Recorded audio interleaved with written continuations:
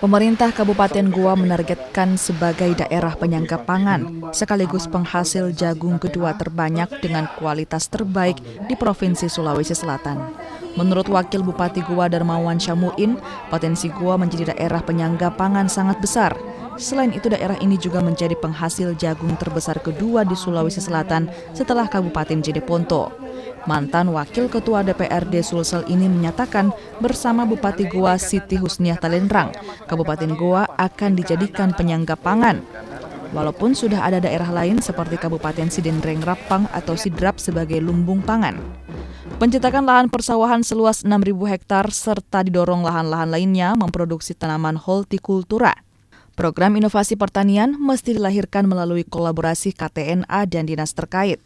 Salah satu produk unggulan dari jagung ini kita akan terus dorong untuk kemudian Pak Kadis beserta jajarannya sebagai pelaksana teknis memberikan yang terbaik untuk petani kita, utamanya kualitas bibit jagung yang memang bisa menghasilkan produksi besar dan sekaligus dapat diterima di pasar, baik di pasar domestik maupun pasar nasional.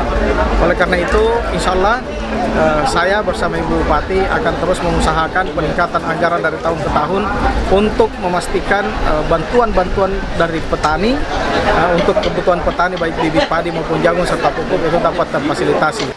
Kepala Dinas Pertanian dan Perkebunan Goa Muhammad Fajarudin menyebutkan Kabupaten Goa merupakan salah satu sentra komoditi jagung di mana setiap tahunnya luas pertanaman sekitar 53.000 hektar dengan rata-rata produksi di tahun 2024 sekitar 6,7 ton per hektar. Bila dibandingkan tahun 2025, Supron 1 rata-rata menghasilkan 10/7 ton per hektar dan Supron 2 naik mencapai 11 ton per hektar. Tercatat ada peningkatan produksi.